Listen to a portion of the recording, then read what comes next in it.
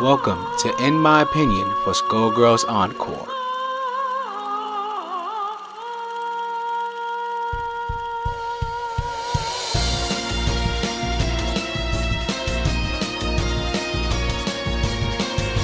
Skullgirl Encore is a re-release of Skullgirls after running into some legal issues and separating from Konami.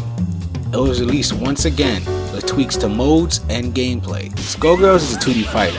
I found the fighting system very fun, fast, and even though it felt easy to get into, it can be very deep. I can tell, and I got my ass kicked plenty of times online, with some pretty nice combos and mix-up. The game has a great cast of fighters. They all feel different from one another and never feel like you're playing with a clone.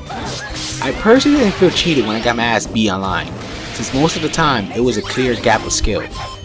And not a, oh my god, that character is so overpowered.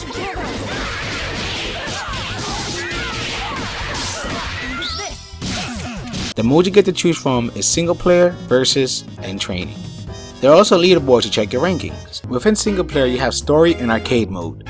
In story mode you choose one of the 8 characters, more if you count DLC characters, and go through some fights, showing some cutscenes and chit chat with other fighters, to eventually fight the Skullgirl and obtain the Skull Heart, a magical item that can grant any wish, with a price of course. The characters are already visually appealing, and this just adds more personality to them. I was also surprised just how dark some of these stories can get. This mode did a good job making these characters come to life even more and building the lore of this world. Arcade mode is a typical fighting game arcade mode. You pick your fighter or fighters, everyone through some matches, beat the Skullgirl, and that's about it. I said fighters since Skullgirls allow you to either run with a solo super strong character, 2 high powered characters, or 3 normal powered characters. It's balanced enough that even though one super strong character can quickly take out a normal powered character, the 3-man team can still beat the crap out of that one character.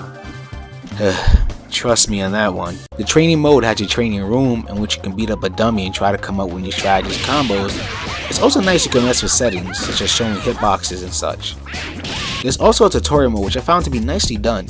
Instead of throwing you out there naked in the fighting scene, the game teaches you all the basics, not just for Skullgirls but for fighting games in general.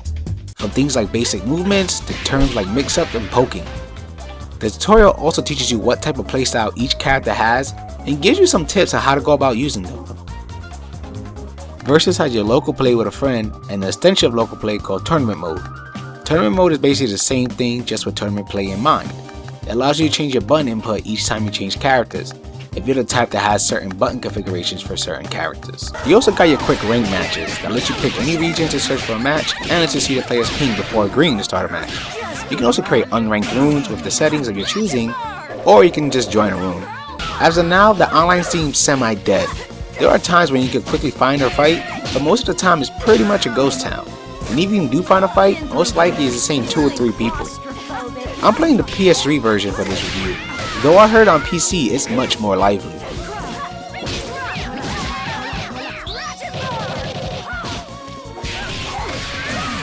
This game looks great in every sense of the word. Every character has a unique look that makes them stand out from one another. The models themselves are very nicely detailed, and colorful as well. None of them look or feel stiff. The backgrounds are never dull and are always busy. Sometimes my eyes would wander to the background to see all the weird and cool looking characters. This game is constantly smooth off and online. It was very rare to find a laggy online match.